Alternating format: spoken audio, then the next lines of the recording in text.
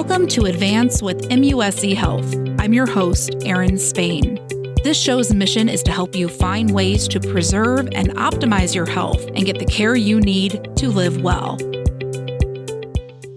Your nose, tongue, face, and throat. You may not think of cancer lurking in these places, yet many head and neck cancers originate here, and there are signs and symptoms related to the disease that you can look for. Today's guest is here to talk about the warning signs of head and neck cancer and the latest treatments offered to patients at MUSC Health. Dr. Jason Newman is a head and neck surgeon and director of the Division of Head and Neck Oncology in the Department of Otolaryngology at MUSC Health. Welcome. Thanks for having me. So you are a surgeon, and surgery is a common and effective treatment for head and neck cancer. But tell me about the path that patients take before they meet you. These patients are often showing up at their primary care doctor with a simple complaint. I have a lump in my throat. I have a lump in my neck. And usually that's the starting point for these patients. Oftentimes, after potentially other roads of investigation, these lumps aren't going away and they're sent to an ENT doctor or an otolaryngologist. And it's often in the hands of that doctor that a suspicion for cancer or a diagnosis is made. And at that point, we get the phone call to help take care of these patients. Is there sometimes a route where people are seen by a dentist and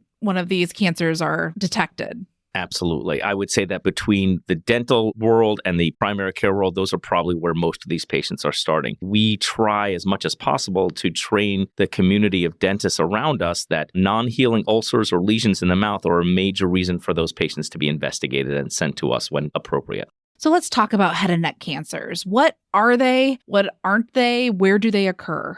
Head and neck cancer is one of the more common cancers that is out there, actually the sixth most common in this country. They are largely in a category that are classified as squamous cell cancers, and squamous cells are the cells that line the inside of our mouth, the outside of our skin. The most common cancer in the head and neck is squamous cell carcinoma or squamous cell cancer. That cancer and some of the other ones we see involve almost all of the different parts of the head and neck area. So throat, voice box, sinuses, tongue. And then we see a lot of other cancers that are similar, but not quite the same, like thyroid cancer, skin cancer, cancer of the salivary gland. So it's a pretty wide range of different types of things that we see. And we're talking about people's faces, people's necks, people's throats. There's an emotional component that comes when being diagnosed and having to have surgery on this part of your body. Can you just speak to that a little bit? I talk about that a lot because every cancer is devastating, undoubtedly. But if you can imagine having a cancer that affects some of what I think makes us the people that we are, that's probably one of the most devastating types of cancers. Your ability to speak, your ability to swallow, to socialize, to even have your face seen, especially during the virtual era where most people are looking at each other on screens. These are the body parts that are affected by head and neck cancer. So I think we are very sensitive to the needs for patients, not just to be cancer-free, but also get them back to as much of their lives as we can. Talk about some of these symptoms, the common symptoms that people really should not ignore. If we're talking about something like the throat, I would say a sore throat that doesn't resolve itself within 4 to 6 weeks. It certainly doesn't mean that that is cancer, but an unresolved sore throat needs to be investigated. Same thing with an unresolved ulcer or lesion, meaning a thing that you see either in your mouth or you feel in your throat that doesn't go away in 4 to 6 weeks really warrants investigation. What puts someone at risk for developing these cancers? So there's a few very common risk factors for these cancer, and probably number one on the list is still smoking. We see a large portion of patients who are smokers, and being a smoker puts you at high risk for head and neck cancers. The other things that are in that category, some of which are related, like alcohol. So when we think about the combination of smoking and alcohol, that combination multiplies your risk for head and neck cancer. A few other less common ones are things like sun exposure, because we're looking at a part of the body that often is in the sun. So skin cancers in the head and neck are often caused by excessive sun exposure. And then one of the newer types of exposures that we see are viral exposures. HPV or the human papillomavirus and EBV, Epstein-Barr virus, are starting to become significant factors for head and neck cancers. Tell me a little more about that. HPV really has become a serious consideration when it comes to head and neck cancer. If I looked 15 years ago, I never would have thought of HPV as a cause of head and neck cancer, but currently it is one of the most important causes of head and neck cancer. And in fact, head and neck cancer is the number one cancer caused by this virus. It used to be cervical cancer in this country, but now head and neck cancer, unfortunately, has overtaken cervical cancer as the number one cancer caused by this virus. And explain HPV for folks who are listening. HPV is a sexually transmitted infection, and it is very common. And in the pre-vaccination era, the statistics show that about 90% of Americans have probably had exposure to the virus. And now, of course, we have a vaccination for the virus. So for those who get vaccinated at the right time, they may never experience cancers related to that virus. Unfortunately, for many people, we probably have had exposure to that virus before the vaccine was introduced. So some people remain at risk despite knowing that this vaccine is still out there. And with the HPV virus, the folks that you are seeing with cancers related to it, how old are they? Who's the typical patient that you see coming in? Might surprise people. That's a really good question, because that wouldn't just surprise patients. That still surprises even a lot of healthcare providers. I mean, we are seeing young, healthy people, non-smokers, non-drinkers, who are often in their 40s and 50s and are showing up at their healthcare providers with a lump in their neck or with something in their throat. And based on the training that many of us received historically, we wouldn't have put them in the category of a high risk for head and neck cancer patient. But now, really, it's important to realize that those patients are definitely in the higher risk category. So our job is to educate the public, but also even providers of healthcare, to have them understand that those patients need to be looked at differently these days. And you mentioned the vaccine for HPV. Who can get the vaccine? Is it just for young people? The guidelines have moved around a little bit, but in general, they are now recommended for both boys and girls in their early teen or preteen years. But you are eligible to get the vaccine routinely up to 26, but now the FDA has actually approved it all the way up to 45 in certain patients. So I would say it's something to discuss with your healthcare provider, but I certainly recommend to every person who asks me to get this vaccine. It will prevent all of the cancers related to this virus. So we talked about surgery being a very common part of treatment. Explain the other parts that go into the treatment of this disease. So as we mentioned previously, this is a disease that affects patients in so many different ways. It's very important that when they touch ground at a place like MUSC, that we really think about all of the different options that are available for them. Because surgery is often a great choice, but we also want to make sure that it's the best choice for that patient. We have a lot of new and interesting things happening. Some of the more common things that we do are treating patients with a combination of either surgery or radiation or chemotherapy, or some variation of all of those. Things like immunotherapy are new on the head and neck arena, but are also things that we often consider when we're managing patients with head and neck cancer. MUSC Health Hollings Cancer Center is the only NCI-designated cancer center in the state of South Carolina. Tell me about that status and how it benefits patients. This is something I think is really important to consider. It is not just a stamp of approval. This is actually a comment from a national organization that we are meeting the highest standards of cancer care. And that is not just surgery, but it's really every detail, including pathology, radiology, the research component, our social workers, our nurse navigators. All of these parts really have to be in place for you to get this designation. So I think it's important to really think, what tools do I as a surgeon need to help me make the right decisions? And that includes all of those things that I mentioned. This is not a one-person show. So if you're part of an NCI-designated cancer center, you're really demonstrating that you are able to commit to a holistic approach to patient care. And there are some times when people will have to come to Charleston to have surgery, to receive some care, but there is a big effort to reach people all across the state of South Carolina. Can you tell me a little bit about that? Absolutely. And I feel that that is actually a major initiative and really something exciting that MUSC is doing. South Carolina is a big state, and there's a lot of people who do not have great access to healthcare. So it's really important that we try to bring as much of this care as possible to the local community. So how do we do that? Well, there are certainly things that we can do to get parts of the patient's treatment done locally. Certainly, in some cases, doing chemotherapy and even radiation locally is possible. For now, the surgery, because of its complexity is often still done in Charleston, but certainly we know we can provide a lot of the services closer to home, not just even the treatment ones, but also the post-treatment ones, the care that needs to be delivered, the speech and language pathology, the nutrition. So really in growing cancer programs across the state that help support MUSC's mission, we're really able to give that to patients in a way that feels very much similar to the quality and level that we are doing downtown. And this is especially needed with head and neck cancer because South Carolina does have a higher prevalence than some other states of head and neck cancers. Can you tell me about that?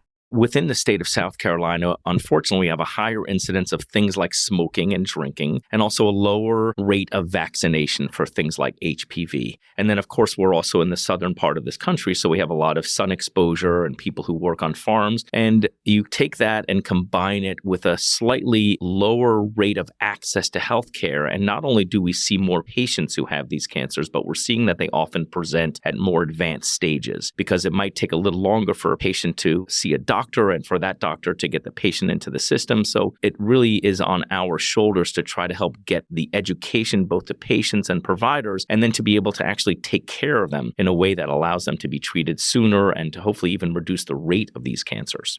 Tell me about some of the things that are happening right now at MUSC Health that can really benefit your patients. There's just so many different things that we're doing. I'd like to tell people that the standard of care is great, but we're still leaving a lot of patients who are not being cured, or even if they are being cured, we're leaving them with devastating side effects. So in my head, when I think about standard of care, that isn't good enough. So we are doing a lot of things to help push even the standard of care to that next level. So for example, we're doing things like minimally invasive surgery, reducing the rate of radiation and decreasing the amount of chemotherapy that we're getting. And we're doing these not just on a one-off basis, but by doing them as part of a study so that we can actually demonstrate that these approaches are the right ones. The other type of things that we're doing are clinical trials. And I would say clinical trials aren't just experiments, but they are ways to help demonstrate that we can make small or sometimes big changes to the way that we deliver cancer care. We are doing something called liquid biopsies. Liquid biopsies are a new approach to attempting to evaluate and detect cancer in the blood instead of by doing a physical biopsy or instead of by scanning a patient. So we're using the DNA that is made by the cancer and finding it in the bloodstream and attempting to use that as a marker for either a response to therapy or to help identify if a patient has recurrence. Some of our early studies have demonstrated that we are better able to predict a recurrence of cancer by this simple blood test than by all of the very expensive and complicated scans and other evaluations that we do for people. So that's really helping change the way that we identify these cancers as well as the way that we follow patients who have had these cancers. The care of these patients doesn't end after treatment. Your group also helps with survivorship, and you recently established a support group. Tell me about that and some of the care that it's provided after the surgeries and treatments are done.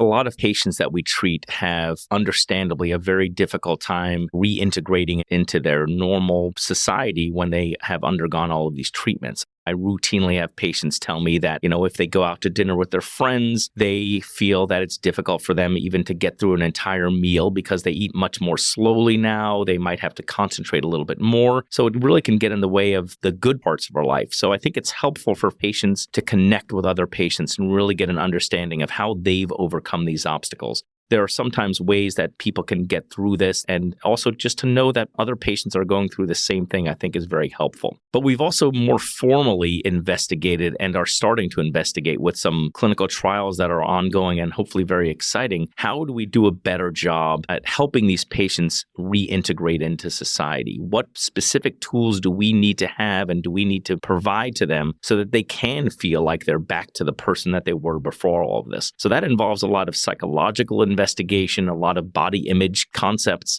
And we're really exploring this because we know that this is important. Curing the cancer is important, obviously, but it's only step one in how we take care of these patients. The rest of it is how do we let them land safely back into their lives and have us feel like we've done the whole part of our jobs and not just part of it. Another one of the really exciting things that we're doing is something called fluorescent guided surgery. And really, if you think about surgery, one of our main goals is to achieve what we call negative margins, meaning we want to get around these tumors. But if you think the head and neck is an area of the body that has such dense anatomy and so many critical structures, we have to thread that needle between taking very wide margins, which of course in some cases sounds like a great idea because that increases the chance that you'll get around a tumor. But of course, that also means potentially damaging a lot of the surrounding structures. But if you take margins that are too narrow, you have a risk that you will leave cancer behind. So one of the technologies that we have started to investigate is this fluorescent molecule concept. That adds another layer of data to the decision-making that we're doing in the operating room. We normally use just regular white light to decide how are we going to make the decision between where we make the margin of our cuts. And now we have a layer to add on top of that. So really, this is cutting-edge technology that allows us to really try to be better at getting a higher rate of achieving negative margins. We're always asking, can we do better? MUSC Health is also training the next generation of surgeons like yourself. And this is sort of creating a pipeline of more and more people who can do this very intricate surgery that you're talking about and use the latest cutting edge tools. So tell me, who might a patient encounter as far as a fellow or a medical student when they come to see you? I'm committed to the importance of educating the next generation of people who do this surgery. I joke sometimes it's so that they can take care of me if I ever get this. But I do believe that that's one of our roles at MUSC, and I've always been committed to it. And I make sure that patients understand that this is not something that I feel apologetic about. Training that next generation of surgeons actually allows us to take care of even today's patients better. It keeps us all on the top of our game. It makes us feel like we have to do the best job because this is us teaching the next generation of people to do this. So our patients are going to run into everything from nursing students to medical students to residents to fellows. And we really believe that that's part of what we can do to help better serve the patients. You were actually brought into MUSC Health about 1 year ago to help expand the head and neck cancer program. What can we expect in the future? Well, I would tell you that the expansion so far has gone wonderfully. As much as it is sad for me to see how many patients need our help, I think it's also important for us to realize that that's what we're here for. We are just expanding our physical space to include a much larger area for us to see patients, which will allow us really not just to see more patients, but to do it in a way that allows all of the subspecialties to be together. So not just the surgeons, but also the radiation oncologists, the medical oncologists, the speech and language pathologists, nutritionists, palliative care, physical therapy, everyone. So this is really an opportunity for us to really help patients from day one and have them feel like their care is being delivered by a team that works and exists together on a pretty regular basis. If you could share some parting words of wisdom to listeners when it comes to head and neck cancer and things that they can do or look out for, what would you say to them? When I think about head and neck cancer, I think about a few different parts of it. One is prevention, and I would say that if you are a smoker, I would encourage you to consider quitting. For those who are in the age-eligible category for HPV vaccination, I would say absolutely get vaccinated. In the category of people who are worried that they have cancer, I would say seek out care. Look for your primary care doctor, look to your dentist, an oral surgeon, an ENT. Those people can help you detect these cancers quickly. There is a big difference between outcomes when these cancers are caught quickly and when they're caught late. It is not equivalent. So the sooner you identify that you have these, the better. And then, unfortunately, if you're someone who's already had these cancer, it's really important to just continue to follow up. We know that these cancers can come back. We hope they don't, but we also want to be realistic about making sure that if they do, we catch them really quickly so we can treat you as fast as possible. What do you do to optimize your health and live well? I try to separate to some degree what I do every day from the time that I spend outside of work. I like to exercise. I love to go on walks with my family and with my dog. I believe that doing some kind of meditation or yoga is really important. I think eating healthily and being mindful about your own health are important. So paying attention to any medical issues that you have, not putting them under the rug like we tend to, and just making sure you take good care of yourself and enjoy your time away from the difficult days when you're working. Thank you so much, Dr. Jason Newman, for all the information today. Thanks for having me, Erin. Really much appreciated. For more information on this podcast, check out advance.muschealth.org.